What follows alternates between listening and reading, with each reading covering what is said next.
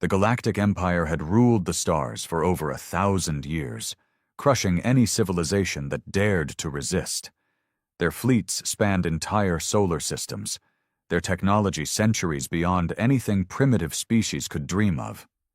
When humanity finally crawled out of its own solar system, the Empire barely even noticed. Earth was classified as a developing world, a backwater planet with laughably crude technology.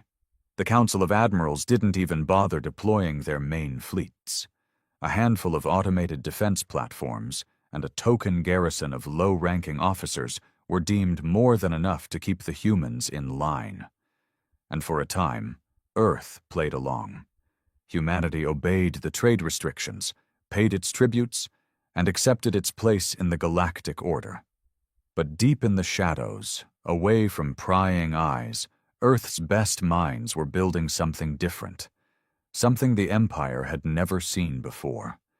The Empire had dismissed human engineering as primitive, inefficient, and outdated. Their mistake. Because when the Sparrow launched from a hidden shipyard near Titan, the universe would never be the same again. At first glance, the Sparrow was a joke. It was barely the size of a corvette, its hull composed of a mishmash of materials scavenged from outdated Terran military projects. It had no energy shields, no plasma cannons, no gravitic propulsion. But that was just on the surface. The Sparrow wasn't designed with alien principles in mind. It wasn't built for traditional space combat. It was built to hunt, to adapt, and to exploit every weakness the Empire had overlooked.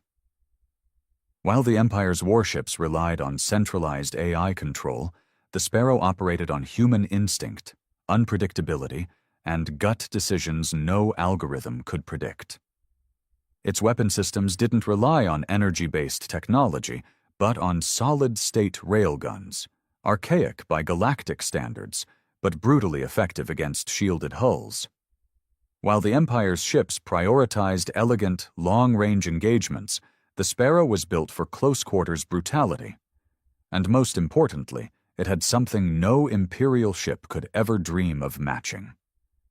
Captain Cale Draven. A former fighter pilot, Draven had spent his life studying every Imperial battle doctrine, memorizing their formations, learning exactly how they thought. He knew the Empire didn't consider humans a threat. That was their weakness. And so, when the first shots of the rebellion were fired, they weren't from a fleet of Earth warships. They came from a single ship, the Sparrow. It struck without warning. The Imperial patrol frigate Valix was stationed near the mining colony of Epsilon Eridani, its crew half asleep from sheer boredom. After all, what possible threat could there be? The humans didn't even have proper warp drives. They barely had time to react when the Sparrow decloaked from behind an asteroid, moving at speeds that should have torn it apart. It didn't engage from a distance. It rammed the Valix, its railguns tearing through the frigate's engines before the Imperial crew even understood what was happening. By the time reinforcements arrived, the Valix was nothing but floating wreckage, its data logs wiped, its escape pods disabled. The Sparrow had vanished, leaving nothing but destruction in its wake. The Empire was furious. One ship? A single human ship had done this?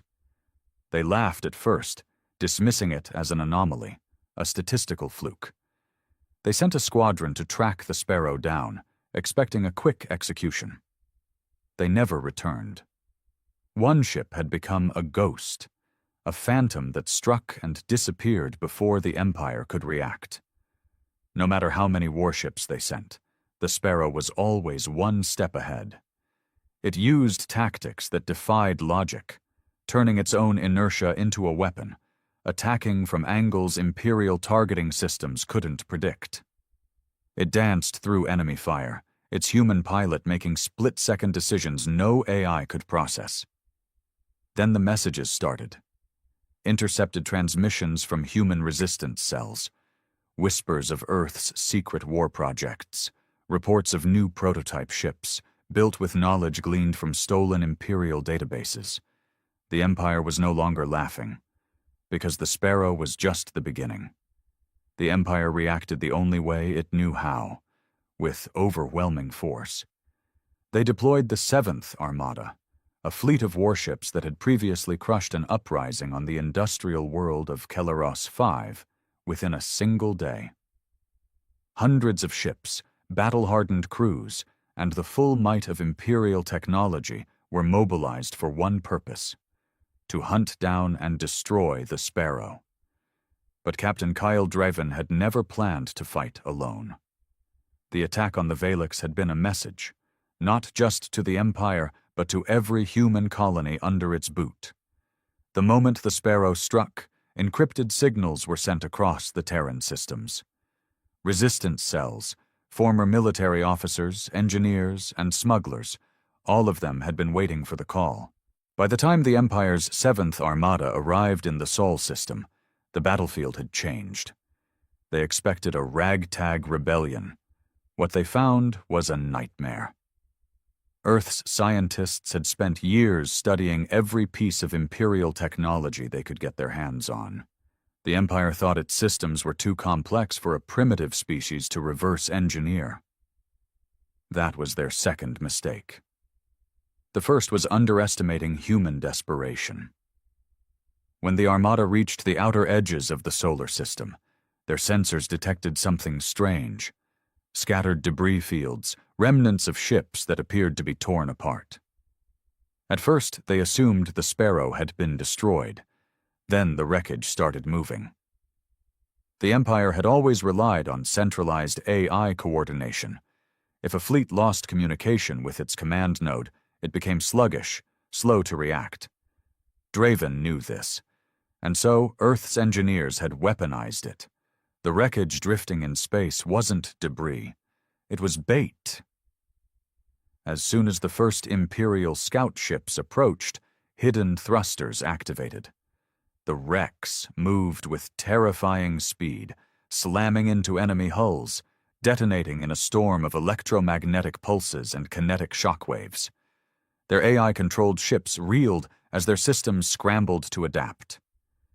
Then the Sparrow struck. It didn't come alone this time.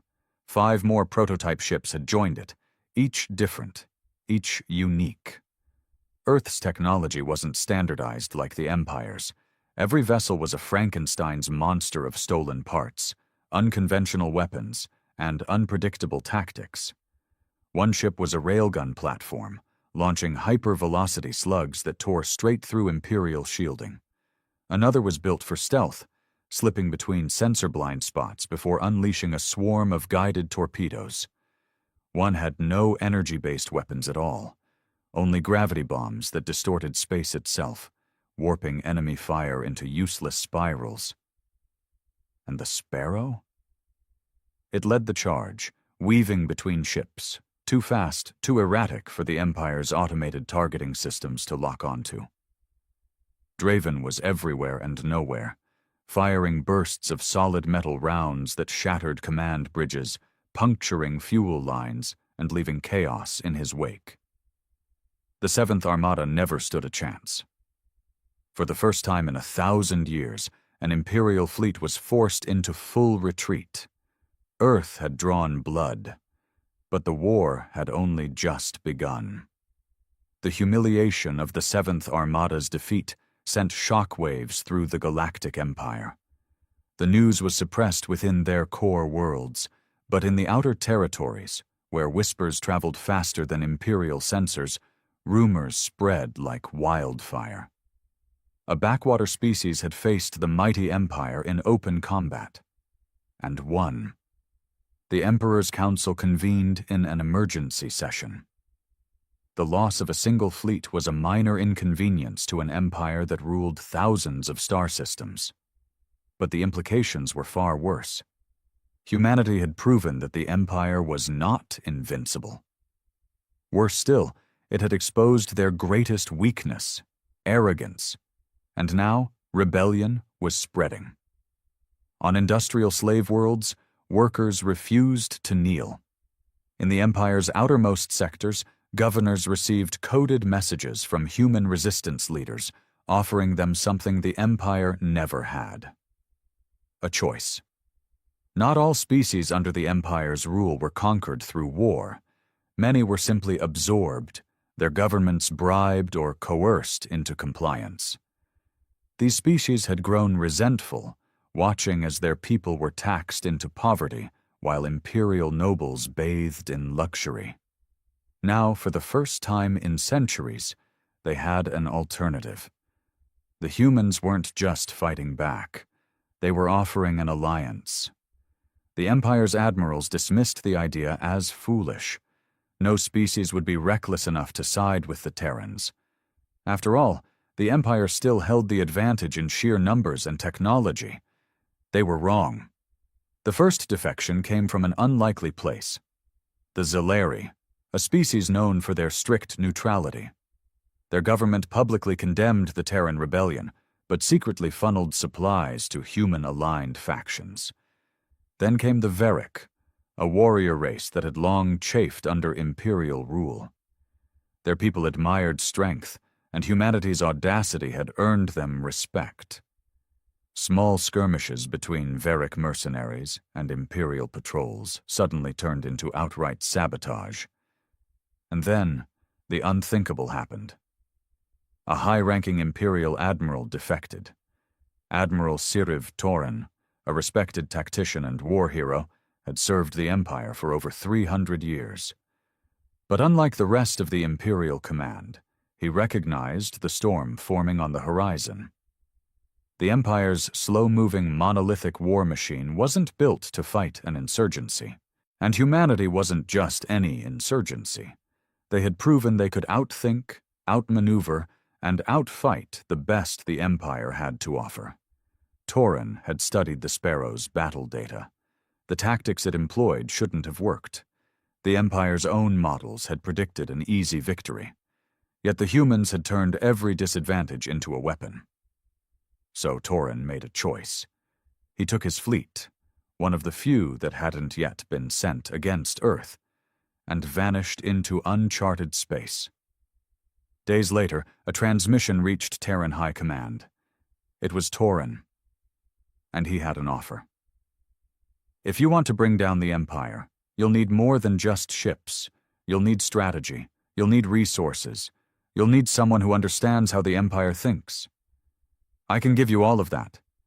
But in return, I want one thing: victory. The war had truly begun. The decision to trust Admiral Siriv Kyle wasn't made lightly. To many in the Terran High Command, he was the embodiment of everything they hated about the Empire: a cold, calculating strategist who had spent centuries crushing rebellions and expanding imperial rule. How could they trust a man whose hands were stained with the blood of countless insurgents? But Captain Cale Druven saw something different. Cale wasn't defecting out of fear or desperation. He had studied humanity, understood their tactics, and instead of dismissing them as anomalies, he had adapted. That made him dangerous, but it also made him invaluable. Earth's military leaders debated for days. Some wanted Kyle executed on sight, afraid he was an imperial plant sent to dismantle the resistance from within. Others argued they needed his knowledge if they had any hope of turning scattered victories into a full-scale war. Draven ended the argument with a simple statement: "If he's lying, I'll put a railgun round through his skull myself." And so Kyle was granted an audience. The Imperial Admiral didn't come empty-handed. His fleet, though not large, was composed of top-tier warships, including a dreadnought, an asset humanity had no equivalent to.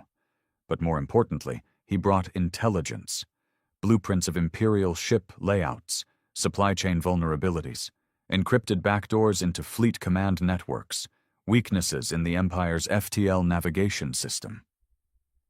Kyle had been a loyal Imperial officer for centuries, but he had also been a student of history. He had seen what happened when empires grew too comfortable, too bloated, too convinced of their own invincibility. The Empire had relied on fear to maintain control, believing that no species would ever dare to resist them. The moment humanity had shattered that illusion, the cracks had begun to spread. Kyle's defection sent shockwaves through the Empire. More officers, some disillusioned, others simply pragmatic, began quietly reaching out to human contacts, offering information, small acts of sabotage, anything to avoid being on the losing side of history.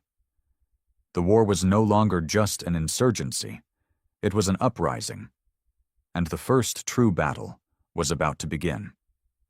With Kale's guidance, humanity targeted a system called Cyrithus, a heavily fortified Imperial naval base that controlled one of the largest supply routes between the Empire's core and its outer territories. Taking Cyrithus was suicide. At least that's what the Empire believed. On paper, it was impenetrable.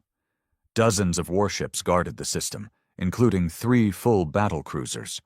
Orbital defenses were equipped with automated turrets capable of obliterating entire fleets.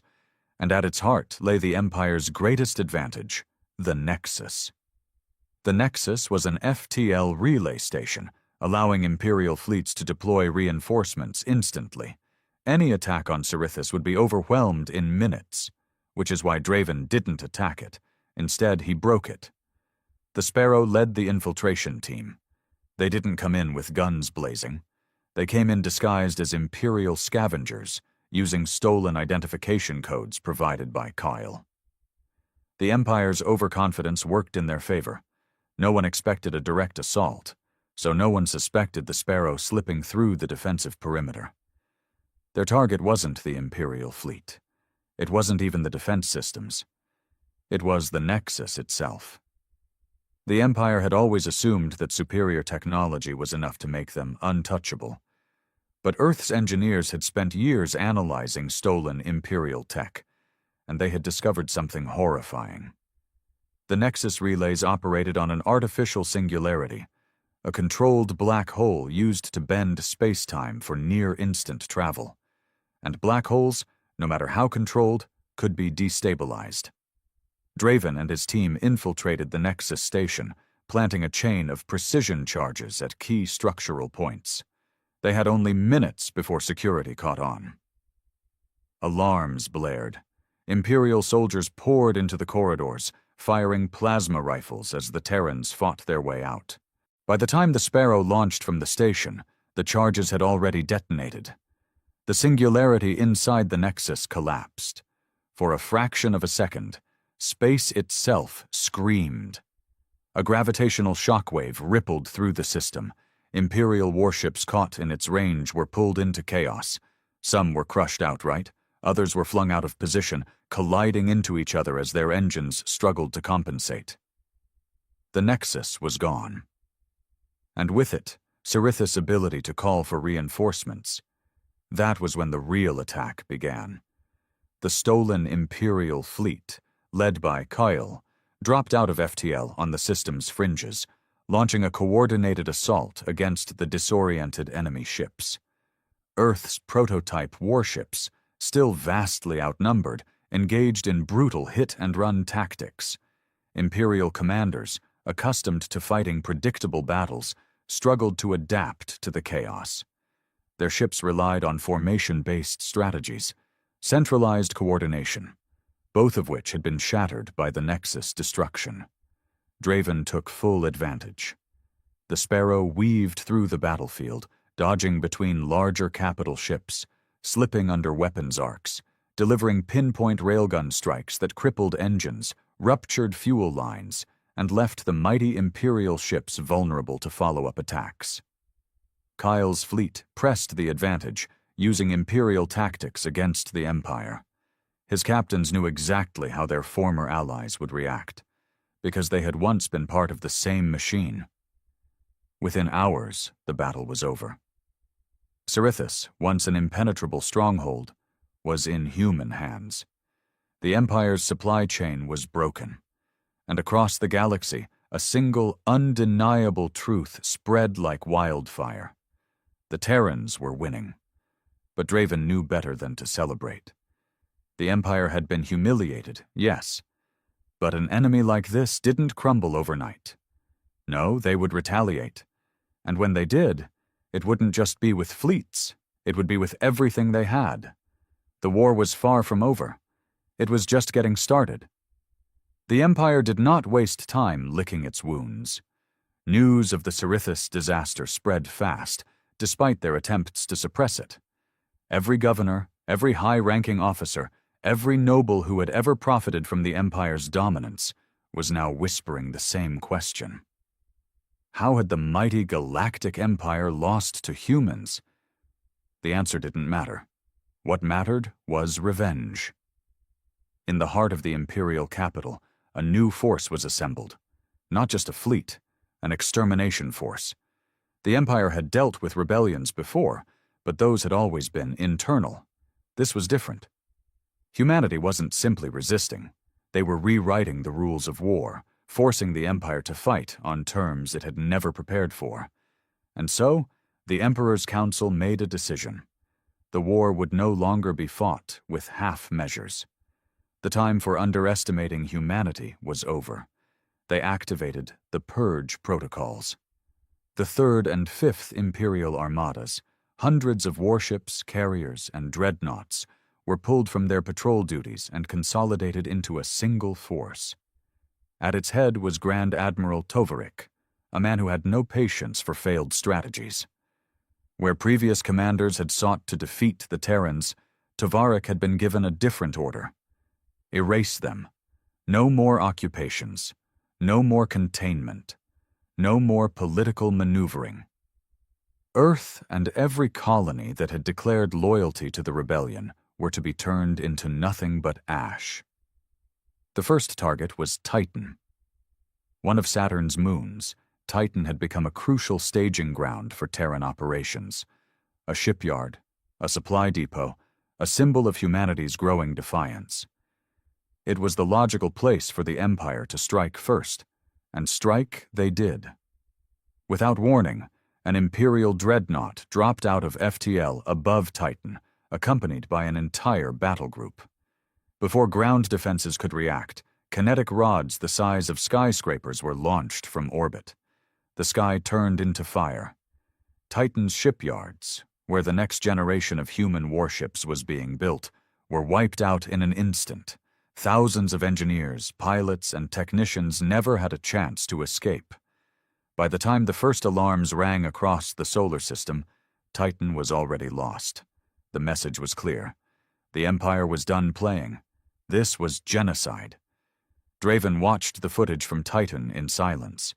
His crew expected him to lash out, to slam his fists against the console, to curse the Empire with every breath. But he didn't. His rage was something quieter, something colder, something far, far deadlier. He turned to Admiral Kyle. "How long until they come for Earth?" Kyle's expression was grim. "Not long. A week, maybe 2. The 3rd and 5th Armadas won't make the same mistakes as the 7th. They'll come in force, and this time they'll make sure there's no escape." Draven nodded slowly. The war had just changed. Humanity couldn't keep winning battles while losing the war. They had taken Cerithus, but in return, they had lost Titan. This wasn't a fight for survival anymore. This was a fight for the future. And if the Empire wanted to burn Earth to the ground, then humanity would have to do the impossible.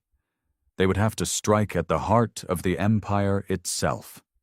The plan that took shape over the next few days was madness. Kyle laid out the cold, hard facts. Earth couldn't withstand a full Imperial invasion. Even with stolen technology and prototype warships, they were outnumbered 1,000 to 1. Humanity couldn't afford a long, drawn-out war. The Empire had resources to spare. The rebellion did not. If they wanted to win, they needed to do what no species had ever dared before.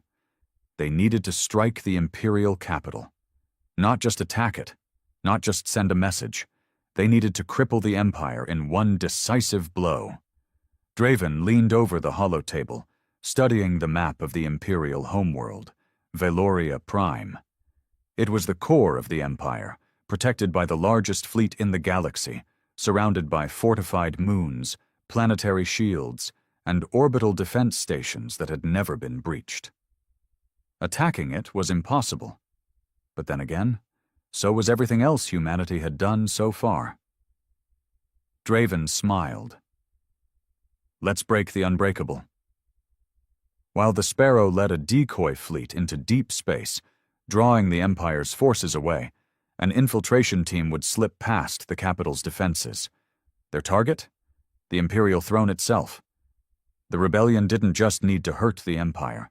It needed to decapitate it. If they could assassinate the Emperor, destabilize the Imperial command structure, and turn their own people against them, then maybe, just maybe, the war wouldn't need to last years. Maybe they could end it now. But failure meant extinction. The moment the plan was set in motion, there would be no turning back. Draven looked at his crew, his family. They had fought together, bled together. They had defied death more times than he could count. Now he was asking them to follow him one last time, to the Empire's doorstep, to the end of everything, and without hesitation they all said the same thing. We're in. The final battle was coming. Humanity would either rise, or it would burn. But either way, the Empire would never forget the name Earth. The Sparrow and its fleet hurtled toward the Imperial heartland, defying every expectation, every logical assumption of war. A human armada, if it could even be called that, was making a direct course for Valoria Prime, the Imperial throne world. It was an act of sheer insanity. No species had ever dared attack the home of the Empire itself. Even the mightiest civilizations had bowed before its power. But that was what made humanity different. They never knew when to kneel. The plan relied on misdirection. Draven and the Sparrow had become infamous, a ghost in the void that had shattered Imperial fleets, humiliated their commanders, and turned an impossible war into a winnable one. The Empire had learned to fear them, and fear made people predictable. A decoy force, assembled from stolen Imperial ships and barely functioning war machines, would launch a full frontal assault against the capital's outer defenses. It was a suicide run, meant to draw every available Imperial warship into a concentrated brawl. While the Empire scrambled to deal with what they believed to be the main attack, the real strike force, Draven, Kyle, and a small team of infiltrators, would slip through the chaos, making their way to the Emperor himself. The goal was simple: cut off the head of the snake. But simple didn't mean easy. Not even close. The battle began exactly as expected. When the stolen Imperial fleet dropped out of FTL at the edge of the Valoria system, the Empire reacted violently. Hundreds of warships scrambled to intercept, opening fire before the humans had a chance to form battle lines. The void was torn apart by energy beams, kinetic rounds, and nuclear detonations. The Imperial fleet expected an easy slaughter. They had the advantage in numbers, firepower, and coordination. But what they didn't have was desperation. Every pilot, every soldier in the decoy fleet knew they wouldn't be coming back. They fought like men and women with nothing left to lose, tearing through Imperial formations with reckless abandon. And as the Empire threw everything at them, bringing in reinforcements, rerouting every available dreadnought to crush the invaders, something happened that no one expected. The Imperial capital's defenses were thinning. That's when the Sparrow made its move. With Kale guiding them through the shifting battlefield, Draven and his infiltration team broke away from the chaos, taking a hidden route toward Valoria Prime itself. There was no room for error. No backup. If they were caught, the war was over. They passed through the outermost layers of the capital's defenses undetected, using stolen access codes and outdated Imperial security loopholes. But as they approached the planet, they found themselves facing an obstacle none of them had anticipated. The Emperor had expected them, and he had set a trap. A fleet within a fleet lay in wait, hidden inside a cloaked asteroid field near the capital's orbit. Warships that hadn't been deployed, hadn't been drawn away by the battle. They weren't here to defend the Emperor. They were here to kill Draven personally. The moment the Sparrow was detected, the ambush was sprung. A dozen Imperial battlecruisers decloaked, their weapons already locked on the tiny human ship. Draven had no time to think, no time to strategize. They were outgunned, outmatched, and completely surrounded. But they had one advantage. The Empire thought they were fighting by Imperial rules. They weren't. The Sparrow did the impossible. Again. Instead of fleeing, Draven charged straight at the largest battlecruiser in the fleet. He took the ship to knife-fight range, dodging through weapons fire, making it impossible for the other Imperial ships to fire without risking friendly casualties. His crew worked frantically, rerouting power, overclocking the engines to suicidal levels. The ship's hull groaned under the strain. The AI screamed warnings of imminent collapse. Draven ignored it all. He wasn't running. He was breaking through.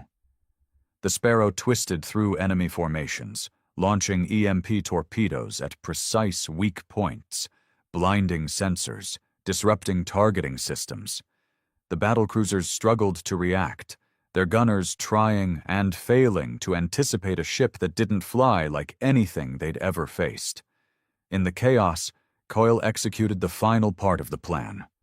A virus, built from stolen Imperial code and human ingenuity, was uploaded into the capital's planetary security network.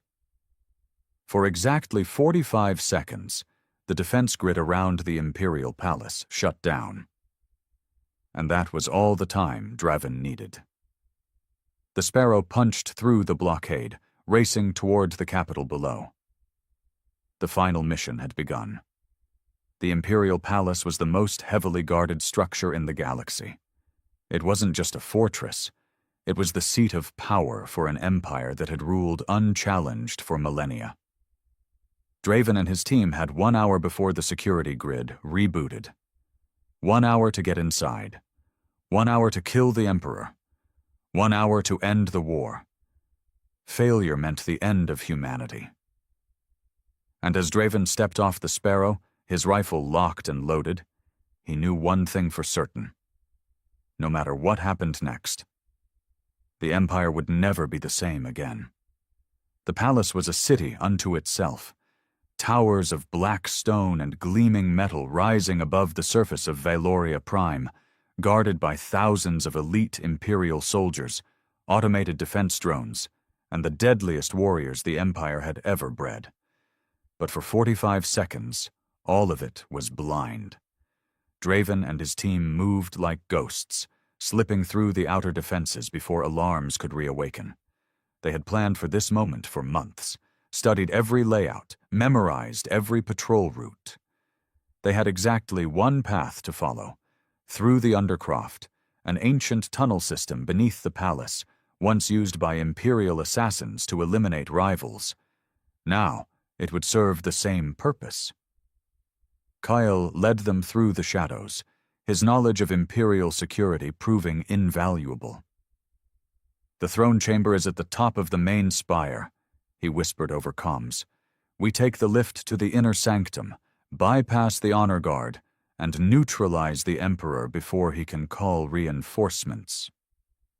"Sounds easy," one of the soldiers muttered. Draven just smirked. "It never is." The first obstacle came faster than expected. A hunter-killer squad, Imperial commandos genetically engineered for war, was stationed near the tunnel's exit. They weren't panicked. They weren't confused. They were waiting. The Emperor knew. How much he knew was uncertain, but one thing was clear.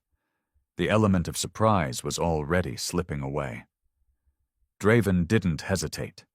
He dropped to one knee, fired a single rail shot clean through the lead commando's skull, then sprinted forward as the corpse crumpled.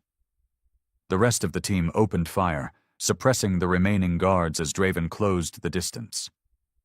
The commandos fought viciously. faster, stronger, deadlier than any standard Imperial soldier. But they weren't prepared for human unpredictability.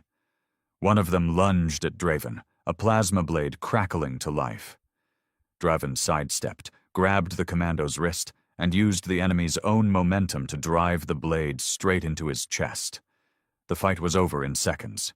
But now the palace knew they were inside. The lift to the throne room was locked down.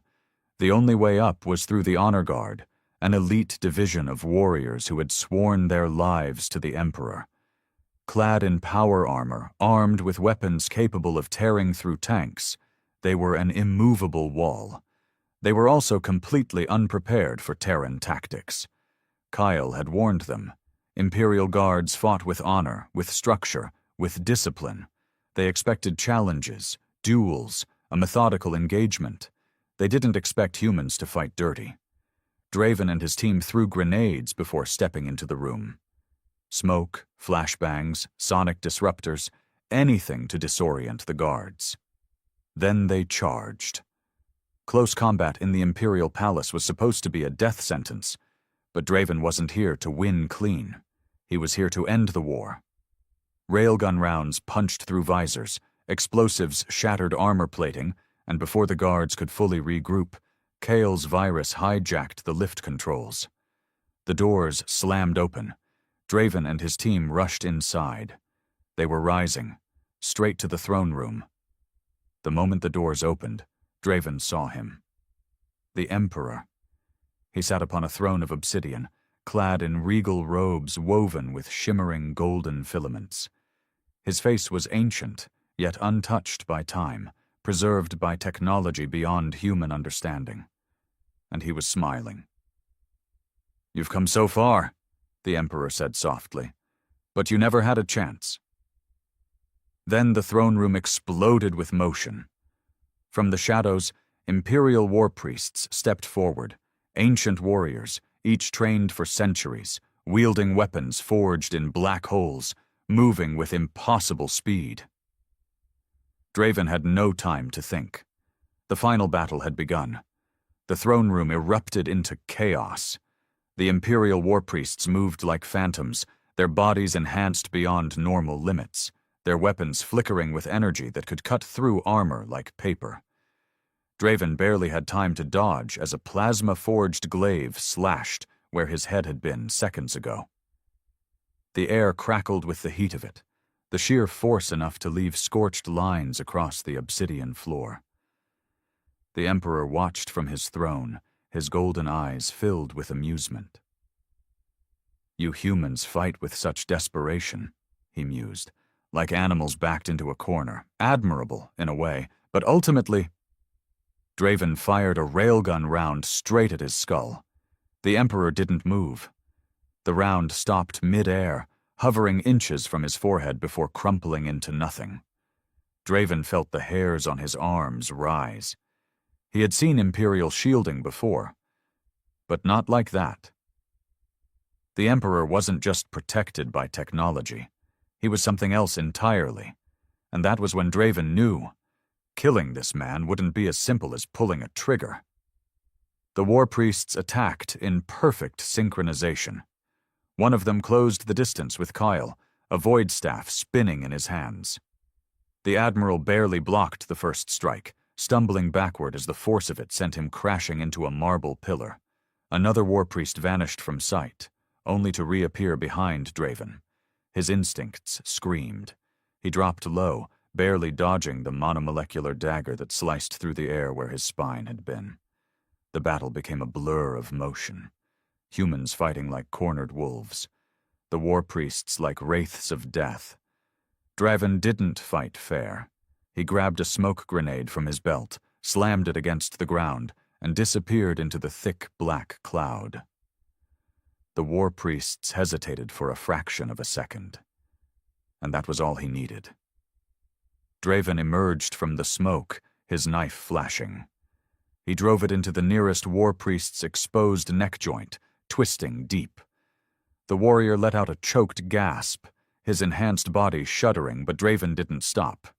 He grabbed the dying war priest's sidearm, turned, and fired point-blank into the next one's visor. The plasma round melted through the Imperial warrior's skull, and suddenly, 2 were dead. But there were still more. Kyle fought like a man who had spent his entire life in the Empire's service. Because he had. The war priest bearing down on him swung again, aiming to cave in his ribs, but Kale sidestepped, grabbed the enemy's wrist, and turned his own momentum against him. The war priest slammed into the ground. Kale stomped on his head until his skull cracked. The remaining war priests hesitated. They weren't used to enemies who fought with such brutality. The Emperor, however, looked amused. "This is why we let your species live for so long," he murmured. "You surprise us, but now—" He lifted a single hand, and everything stopped. Draven's body froze in place, an invisible force locking his limbs. He couldn't move, couldn't fire, couldn't even breathe. His heart slammed against his ribs as the Emperor rose from his throne, stepping down towards them. "You were always going to lose," the Emperor said, gazing at Draven like he was something small, insignificant. "I will erase your people from the stars, not because I hate you, but because I cannot allow your disease to spread. You are too wild, too unpredictable, too ... His golden eyes gleamed. "Human." Draven felt his body breaking under the pressure, his mind screaming, his vision darkening. This was it. This was how it ended. Then, a gunshot. The force holding him vanished. The Emperor staggered, golden eyes widening in shock. Draven collapsed to the ground, gasping for breath. And standing behind the Emperor was Kyle. The Admiral's gun was still raised, his face grim. He had just shot the Emperor in the back of the head. For a moment, silence reigned. Then, the Emperor straightened. The wound in his skull closed instantly, golden energy knitting flesh back together. He turned, smiling. "Ah," he said, "Admiral Kyle. I was wondering when you'd make your choice." Kale didn't hesitate. He fired again. And again. And again. Plasma rounds tore into the Emperor's body, burning holes straight through his robes, scorching his flesh. But he wouldn't die. He just kept smiling. "You think your weapons can kill a god?" he whispered. Draven saw Kyle's hand shake, and for the first time since the war began, he saw something in the Admiral's eyes. Fear. Draven moved. He didn't think. He didn't hesitate. He just acted. His fingers found the last explosive charge on his belt, a high-yield grav bomb, one designed to collapse a ship's internal structure. He grabbed it, activated it, and lunged straight at the Emperor. The moment Draven tackled him, the world vanished in a flash of light. He felt himself falling, gravity twisting, the Emperor's voice whispering in his mind, not with anger, but with disappointment. And then, darkness. Somewhere far above the burning throne room, the Sparrow waited in low orbit. "Come on," the pilot muttered, fingers clenched around the controls. "Where the hell are you guys?" Then, her sensors flashed. A single transmission, weak, barely readable. Draven's voice. "Mission accomplished. Get out." Then static. The Sparrow's engines roared to life. It turned away from the battlefield, fleeing into the black void of space. Humanity's final mission was over. But had they won? Or had they unleashed something far worse? The war should have ended that day.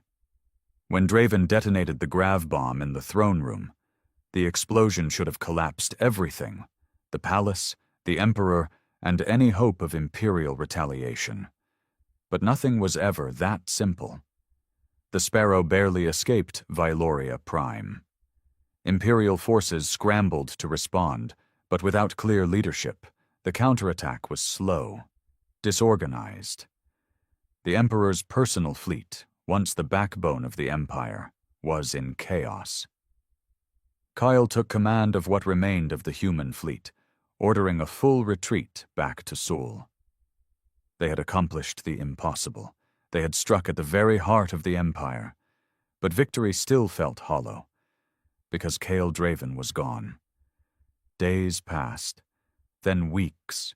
The Empire, leaderless and humiliated, fractured. Governors declared independence. Military factions turned against each other. The outer colonies revolted en masse.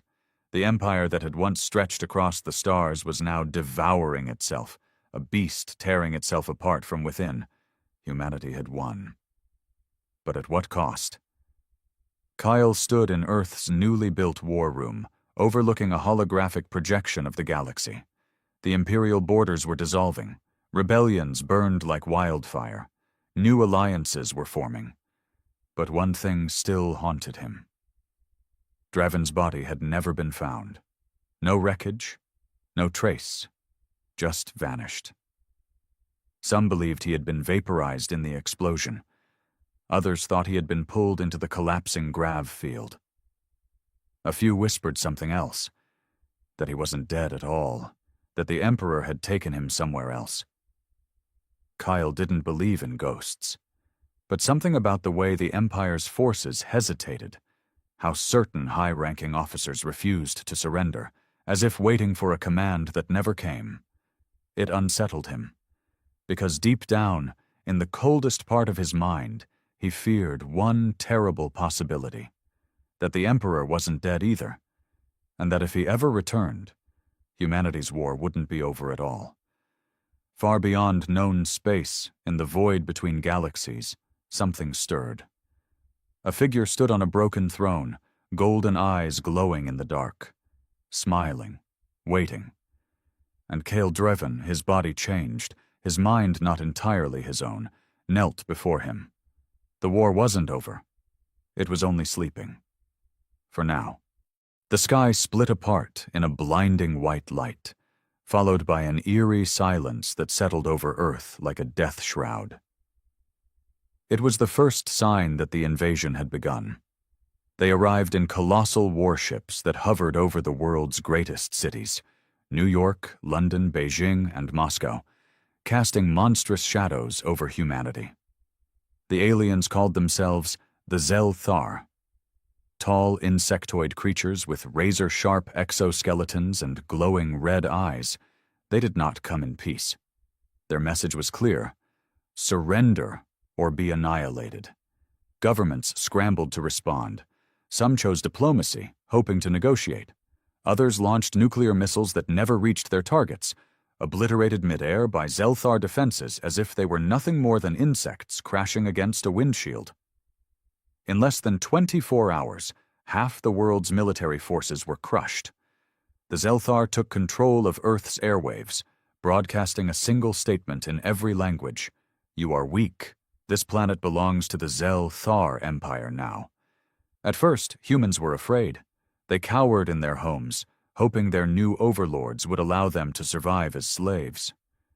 But fear didn't last long, because the Zel-Thar made a mistake. A fatal mistake. They underestimated us. It began with small acts of defiance, guerrilla fighters emerging from the ruins, striking at the invaders before vanishing like ghosts. Scientists working in hidden labs, developing weapons beyond anything Earth had ever seen. Ordinary people refusing to bow, spreading a single message that echoed through the remnants of civilization: Earth is not yours to conquer. And then came the first victory. A ragtag group of rebels in the ruins of Paris destroyed a Zel-Thar warship, using nothing but scavenged explosives and pure human ingenuity. The explosion lit up the night sky like a second sun. It was proof that these monsters weren't invincible.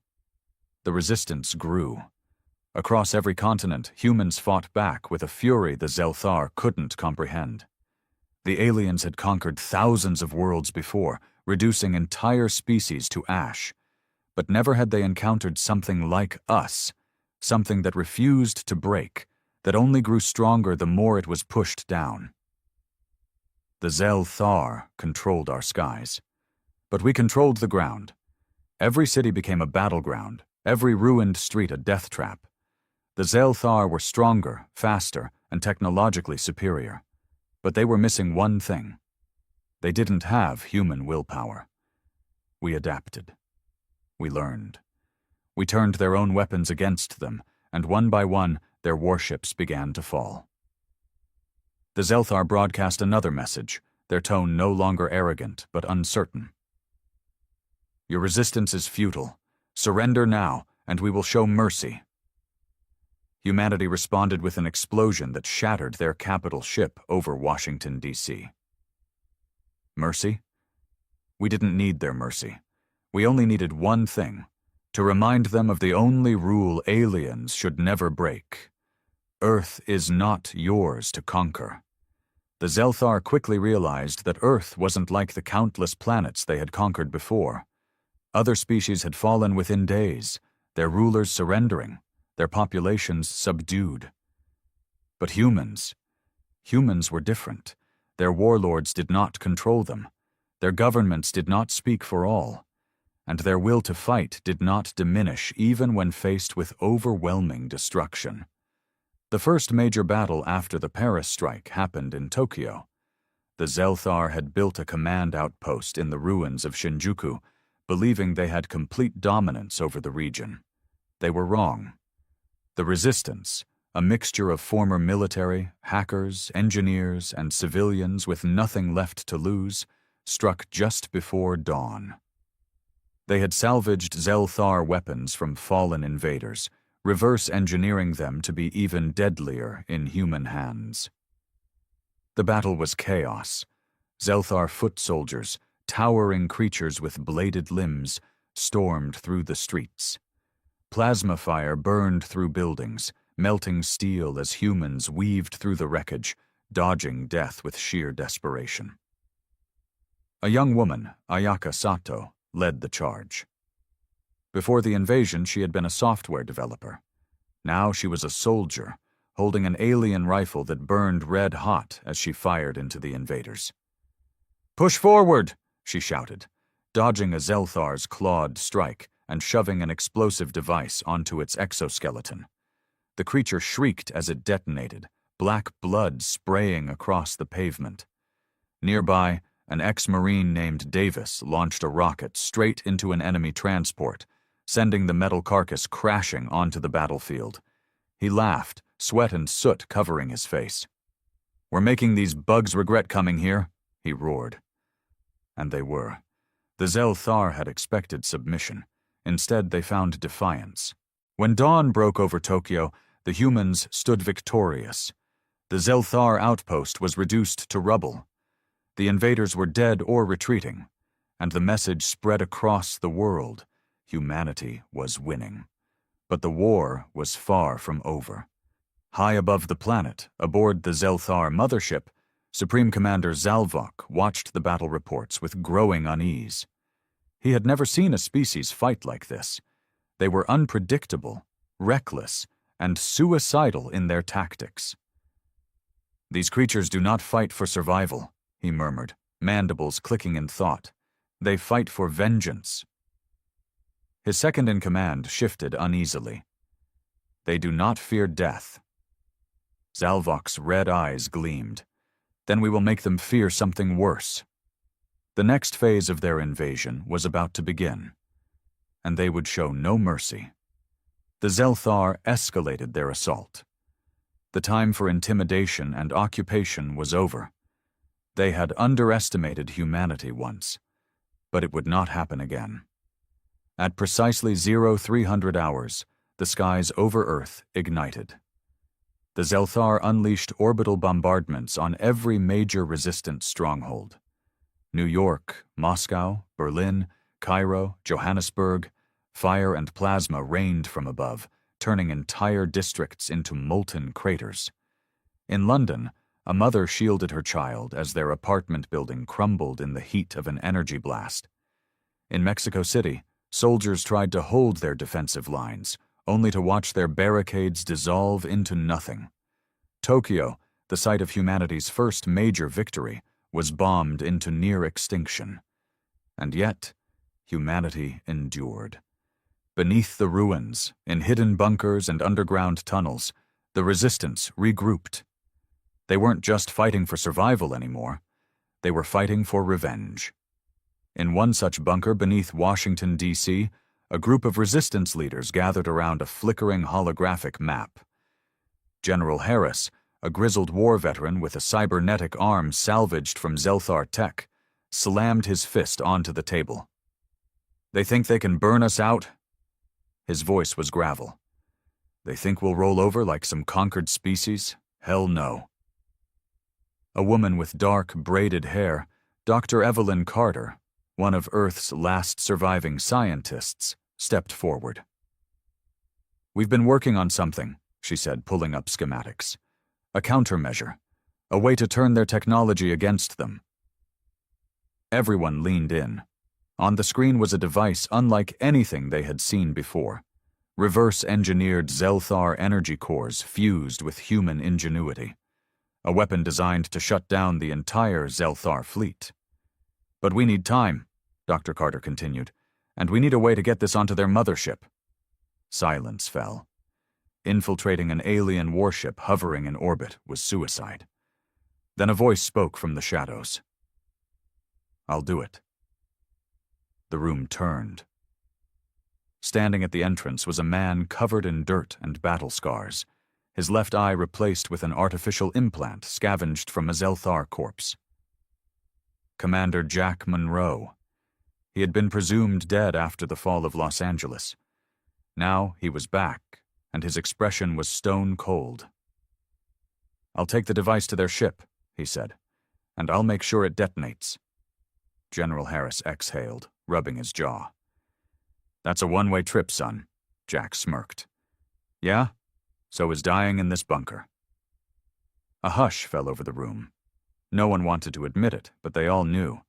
If this plan failed, humanity was finished. Dr. Carter swallowed hard. "You'll need a team." Jack nodded.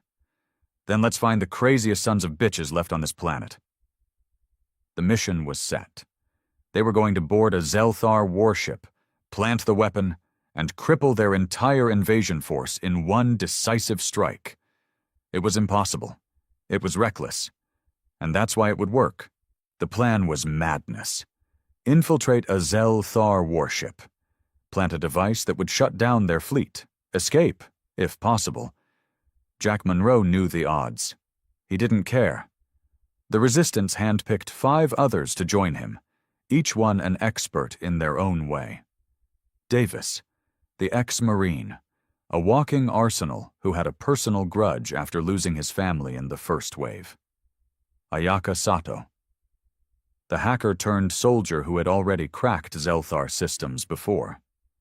She'd be their key to bypassing security. Sergeant Cole Ramirez, explosive specialist. If something needed blowing up, he was the guy. Dr. Evelyn Carter, the scientist who designed the device. She insisted on coming, saying she wouldn't trust anyone else with the activation sequence. Viktor Ivanov, the pilot, a former Russian fighter ace, now the best at handling anything that flew, including stolen Zelthar crafts. Together, they formed the Ghost Team. The plan was simple in theory. Steal an alien dropship, use Ayaka to hack their systems, infiltrate the mothership, plant the device near their energy core, and escape before it detonated. In practice, it was a suicide mission.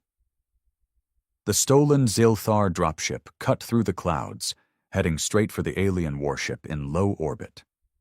Ayaka's fingers flew over the hacked control panel, sending false clearance codes.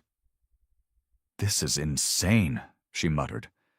"They have security scans that check for life signs. The second they realize we're human—" "They won't," Jack interrupted, adjusting his stolen Zelthar armor. "Not until it's too late." The ship shuddered as it entered the docking bay of the mothership. The Zelthar hadn't even raised an alarm. The infiltration was working. So far. As the ramp lowered, the team moved in fast and silent, their stolen alien rifles held tight. The docking bay was massive, twisted biomechanical structures stretching into the darkness, filled with eerie, pulsating light. Davis scanned the area. Clear. Jack nodded. We move. They wove through the corridors, avoiding patrols. Ayaka guided them through, her eyes glued to a stolen Zelthar data pad. Energy core is 2 levels down, she whispered. If we can plant the device there, the pulse should cripple their fleet's entire neural network. Cole grinned. Let's go ruin their day. The team descended deeper into the ship, tension thick in the air. They passed strange, twisting chambers filled with Zelthar cocoons, eggs, pulsating and alive. Jesus, Ramirez muttered. They weren't just here to conquer us. They were going to breed. Jack clenched his jaw. They weren't just fighting for Earth's freedom. They were fighting to stop humanity from being wiped out entirely. Then, an alien shriek split the air. One of the Zelthar had spotted them. Its clawed arms lashed out, its voice a screech of rage. Davis didn't hesitate. He opened fire, his plasma rifle punching holes into its exoskeleton. The creature collapsed, but the damage was done.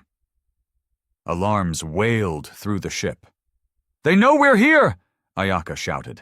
Jack gritted his teeth. Then we move faster! Heavy, pounding footsteps echoed down the corridors. The ship was waking up, and the hunt was on. The ghost team sprinted towards their target as the Zelthar swarmed to stop them. The real battle had begun. The corridors trembled as the ship roared to life. The Zelthar were coming. Jack raised his stolen plasma rifle, his eyes scanning the dark passage ahead. Move! We're running out of time! The team sprinted forward, their boots pounding against the alien metal floor. Behind them, the shrieks of Zelthar warriors echoed through the tunnels, getting closer with every second. Ayaka's voice was sharp as she checked the stolen data pad. We're close! The energy core chamber is just ahead! They rounded a corner and stopped dead in their tracks. A massive blast door blocked their path. Shit! Davis growled. Tell me you can open this thing. Ayaka was already on it, fingers flying over the alien interface. I just need a minute. Jack turned, gripping his rifle. You don't have a minute. The first wave of Zelthar warriors appeared, skittering across the walls and ceiling. Their exoskeletons gleamed under the sickly glow of the ship's pulsating veins. Their blades extended, their red eyes burning with hunger. Davis opened fire first. Blue plasma bolts tore through the air, cutting down the first 2 creatures. The rest kept coming. Hold them off, Jack barked, raising his rifle. The corridor erupted in chaos. Sergeant Ramirez hurled a grenade, the explosion shaking the walls and sending chunks of alien flesh flying. Victor fired precise shots, taking out a warrior trying to flank them. But for every Zelthar that fell, more took their place. Ayaka cursed under her breath. Almost there! One of the creatures lunged, claws slashing towards Jack's throat. He barely dodged, rolling under its attack before jamming his rifle into its mouth and pulling the trigger. The alien's head exploded in a spray of black ichor. Another Zelthar tackled Davis, pinning him against the wall. Its mandibles snapped inches from his face, before Dr. Carter shoved a plasma dagger into its throat. The alien let out a gurgling hiss and collapsed. Didn't think you had that in you, Doc, Davis panted. Carter gave him a fierce look. I've had enough of these bastards. Doors open, Ayaka yelled. Jack didn't hesitate. Inside, now! The team rushed into the chamber, Ayaka slamming the controls to seal the blast door shut behind them. Silence fell, broken only by their ragged breathing. The energy core chamber was massive. A swirling, pulsating column of raw alien power stretched from floor to ceiling. Strange symbols flickered along the walls. The air hummed with electricity. Ramirez whistled. Looks like the belly of the beast. Carter stepped forward, clutching the device. Their only hope of stopping the invasion. She knelt, setting the device against the core's base. "This is it. Once I activate this, the countdown begins." Jack nodded. "Do it." She pressed a button. The device hummed to life, glowing with stolen Zelthar energy. A timer appeared. 5 minutes until detonation. Jack turned to the team. "We need an exit." Ayaka checked the data pad. Her face paled. There's no way back to the docking bay. The ship's lockdown has sealed every path." Silence. Davis exhaled, shaking his head. "You gotta be kidding me." They were trapped. Then the ship trembled. A new sound filled the chamber, a deep, rumbling growl. Jack's blood went cold. From the shadows, something massive stirred. The Zelthar had one last surprise waiting for them, and it was waking up. A low, guttural rumble filled the chamber, vibrating through the floor beneath their boots. The energy core pulsed violently, casting eerie shadows as something huge stirred in the darkness. Jack raised his rifle, his breath steady, but his pulse pounding. "Tell me that's just the ship reacting to the device." Ayaka swallowed hard. "That's not the ship." From the far side of the chamber, the darkness moved. Something colossal unfolded from the shadows. A nightmare of twisting limbs, jagged armor, and gleaming red eyes. The Zelthar warlord. Jack had heard the rumors. The Zelthar never left their empire undefended. Every invasion fleet had a warlord, an apex predator, a living weapon that only awakened when all else failed. And now, it was awake. The creature loomed over them, easily 4 times the size of a normal Zelthar soldier. Its exoskeleton was obsidian black, pulsing with glowing veins of crimson energy. Its clawed arms were longer than a man's entire body, serrated and built for slaughter. Its mouth opened, revealing rows of razor-sharp mandibles. Then it spoke. "You are nothing."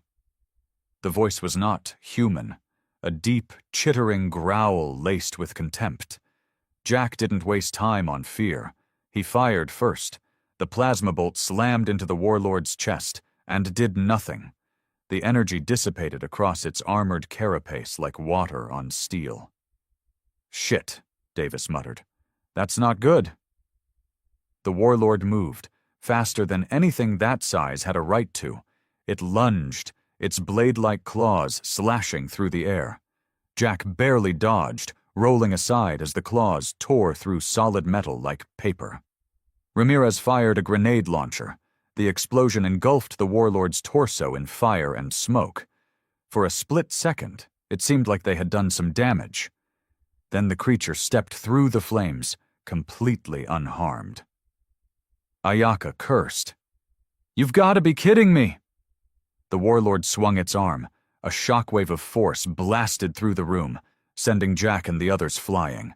Jack hit the ground hard, his ears ringing. His vision blurred as he saw Davis crash into a pillar. Victor slammed into the wall, Ayaka tumbling over debris. The warlord advanced. "Your world is already lost," it snarled. "Your resistance is futile." Jack gritted his teeth. His body screamed in pain, but he pushed himself up. "We're not done yet," he growled. He glanced at the timer on the device. 2 minutes left. They had to hold this thing off long enough for the pulse to fire. Victor staggered to his feet, clutching his side. "Anyone got a plan that isn't get torn apart by an angry space demon?" Ramirez wiped blood from his lip. "Yeah, we blow it the hell up." Jack's mind raced. Their weapons weren't enough. They needed more firepower. Then he saw it, the energy core itself. The warlord was standing right next to it. Jack grabbed his comm. "Ramirez, you still got explosives?" "Always." Jack's eyes burned with determination. "Then we're gonna make that thing regret standing so close to a giant, unstable power source." Davis grinned through the pain. Now that's a plan. The team moved, their last stand against the deadliest monster they had ever faced. And the clock was ticking. Jack barely had time to think, only to act. The warlord charged, its clawed limbs slicing through the air like massive guillotine blades. Jack dove left, rolling just in time to avoid being split in half. The ground shook where the beast's attack landed, carving deep trenches into the alien metal floor. "Ramirez! The charges!" Jack bellowed as he scrambled behind a broken pillar. Ramirez, clutching his last pack of explosives, bolted toward the energy core, weaving between the debris as plasma bolts sizzled through the air. The warlord roared, eyes flaring red. Its mandibles snapped as it turned toward Ramirez, sensing the threat. Jack couldn't let it reach him. He sprang up, firing his rifle straight at the monster's face. His shots barely scratched its armor, but it got the warlord's attention, and that was all he needed. "Come on, you ugly bastard!" Jack shouted, running straight at it. The warlord hesitated for a fraction of a second. That was its mistake. Davis and Victor opened fire from opposite sides, blasting into the warlord's legs. The plasma rounds did little damage, but they forced it to shift its weight. Ramirez slid to a stop at the base of the energy core, slapping the last of his explosives onto its pulsating surface. "Charges planted!" Ramirez yelled. Jack didn't hesitate. He grabbed his comm and barked, "Ayaka, now!" Ayaka, still recovering from her fall, yanked out a hacked Zelthar control pad. Her fingers flew across the alien interface, bypassing the ship's security. The countdown on their device hit 0030 seconds. Then, the entire ship trembled. The energy core's light flickered violently, sending out unstable pulses of energy. The warlord froze, its red eyes narrowing in confusion. And Jack saw fear in those eyes. For the first time. The warlord snarled, its mandibles twitching. "What have you done?" Jack wiped blood from his mouth and grinned. "We just made sure this ship goes down with you." The warlord roared in fury, raising its arms to strike. Boom. The explosives detonated. A massive shockwave tore through the chamber, sending torrents of raw energy cascading in all directions. The warlord staggered, caught in the pulse of its own ship's unstable core. The glow in its veins flickered violently. Jack didn't wait to see what happened next. "Move!" he bellowed. The team ran for their lives, racing toward the emergency hatch Ayaka had found in the schematics. The ship's walls rippled, alien metal warping and twisting under the stress of the collapsing energy core. Behind them, the warlord let out a horrifying, distorted scream as the energy pulsed through its body and tore it apart from the inside. Jack didn't look back. Victor reached the emergency hatch first. "This leads outside. We can—" A blast of energy hit the ship, sending the entire team flying. Jack's vision blurred. The last thing he saw was Earth below, growing larger and larger as they fell toward it at terminal velocity. Then, darkness. Jack's mind swam in darkness. A high-pitched ringing screamed in his ears, and his body felt like it had been shattered into 1,000 pieces. He tried to breathe, but his lungs felt like they'd been punched by a freight train. Then, light. Blurry at first. Flickering, shapes moving, voices. His head throbbed as his vision sharpened. He was lying on his back, staring at a makeshift ceiling, metal panels, emergency lighting, wires hanging loosely. The scent of burnt electronics and disinfectant filled the air. Jack groaned, forcing himself to sit up. "Easy, boss. You had one hell of a landing." Jack turned toward the voice. Davis sat nearby, a deep gash running across his forehead, his left arm strapped in a sling. He looked like hell, but he was alive. Jack blinked. Alive. Memories slammed back into his mind. The mothership, the explosion, the fall. "How?" Jack rasped, his throat dry as sandpaper. How the hell did we survive? Ayaka appeared next to him, her hair singed at the ends, but otherwise intact. She smirked, tossing a broken Zelthar datapad onto the table beside him. Turns out, she said, hijacking the emergency escape pods on an exploding alien ship wasn't the worst idea I've ever had. Jack exhaled sharply, shaking his head. Where are we? Resistance bunker, Southern Europe, Ramirez answered from across the room, where he was wrapping a bandage around his ribs. We were picked up after we crashed. Nearly lost Carter, but she pulled through. Jack's gaze snapped up. Carter, where is she? A new voice chimed in. Right here. Dr. Evelyn Carter walked into the room, limping but standing, a nasty bruise spreading across her jaw. She looked exhausted but victorious. Jack let out a breath of relief. You good, Doc? Carter gave a weak smile. I've had better days. But considering we just crippled an entire alien fleet, I'd say I'll live.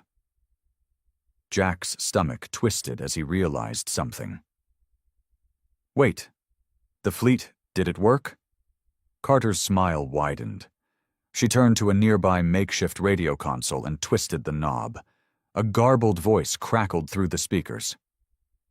Confirmed. Repeat, Zelthar fleet is down. The mothership has collapsed. Enemy forces across the globe are retreating or turning feral. We have them on the run. This is our moment. Earth is fighting back. The room erupted in cheers. Jack closed his eyes for a moment, feeling the weight of everything settle in. They had done it. The Zelthar fleet was broken. Their invasion force crippled. Earth had survived. But Jack knew the war wasn't over. Not yet.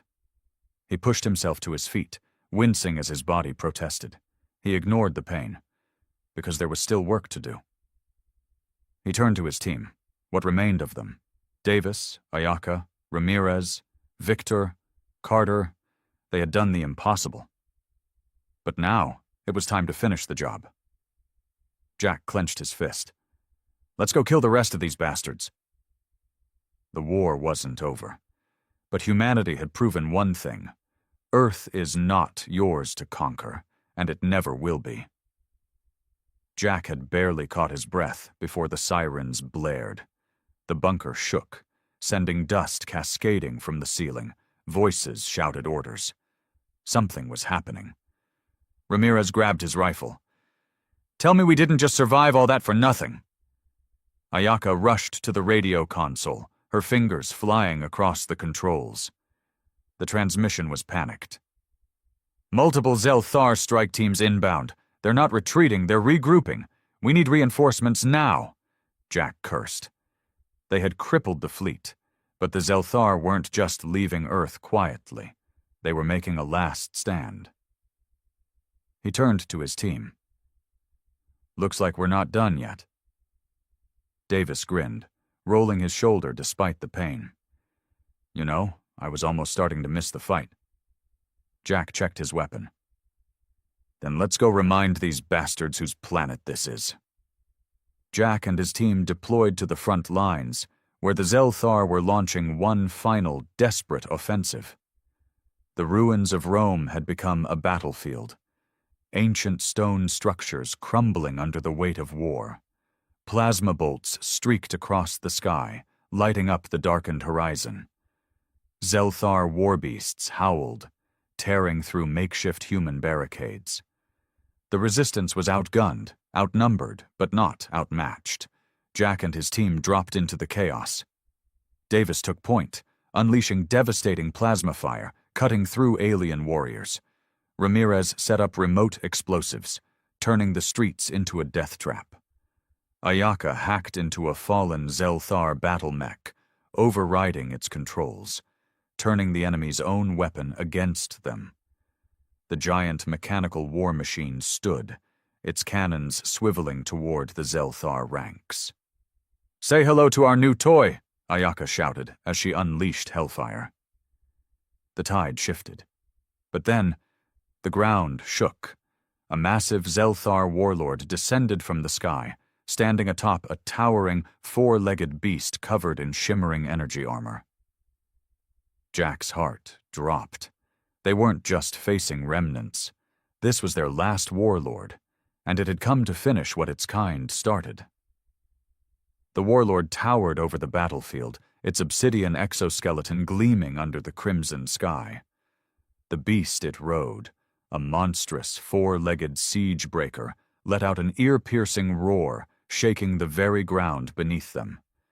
Zelthar warriors rallied behind it, their screeches filling the air. Jack gritted his teeth. This was their last warlord, the final executioner of the Zelthar. If they didn't stop this one, the war would never end. The warlord's voice boomed through the battlefield. "You have defied the Zelthar for too long. This planet will burn for your insolence!" And then it charged. The beast trampled through barricades, sending resistance fighters flying like ragdolls. Plasma cannons blasted at it, but its armor deflected everything. Jack ran toward the wreckage of a fallen Zelthar gunship, ripping open a compartment. Inside, he found what he was looking for. A Zelthar energy lance, a weapon designed to punch through Titan-class armor. "Davis, distract that thing!" Jack roared, hoisting the massive weapon onto his shoulder. Davis, grinning despite the madness, fired his entire ammo supply at the beast's exposed legs. The creature snarled, swiping at him with its massive claws. Victor swooped in with a stolen Zelthar hovercraft, launching a barrage of missiles at the warlord. The explosion lit up the sky, but the warlord emerged from the smoke unscathed. It raised a bladed arm and hurled a massive energy spear, straight at Victor. "Victor!" Ayaka screamed. The hovercraft detonated in mid-air as Victor barely ejected, tumbling into the ruins below. Jack took aim, locking onto the war beast's energy core, a pulsating mass beneath its thick armor. One shot, one chance. The warlord leapt toward him, blade raised to strike him down. Jack fired. The energy lance screamed, releasing a blinding blue beam of destruction. It punched straight through the war beast's armor, ripping through its core and exploding from its back in a shower of molten Zelthar blood. The warlord's eyes widened in shock as its beast let out a final dying wail, then collapsed. The battlefield fell silent as the monstrous war beast crashed to the ground, lifeless. The Zelthar forces hesitated. For the first time in their conquest of Earth, they felt fear. Jack stood atop the wreckage, his rifle raised. His voice echoed through the ruins. "You lose." Then, the resistance surged forward, striking down the last of the alien invaders. The Zelthar warlord, mortally wounded, crawled forward, mandibles twitching. It reached for Jack. Jack didn't hesitate. He raised his rifle and fired one last time. The warlord collapsed, dead. The battle for Earth was over. 1 week later, Jack stood on a hill overlooking a recovering London, the sky no longer filled with warships but with hope. Humanity had done the impossible. The Zelthar were gone. The resistance had won. Earth was free. Ayaka approached, arms crossed. "So, what now?" Jack exhaled. He looked at the sky, knowing that out there, somewhere, the Zelthar Empire still existed. But Earth wasn't just a planet anymore. It was a symbol. And if the Zelthar ever returned, they would find out, once again, the only rule they should never break. Earth is not yours to conquer, and it never will be.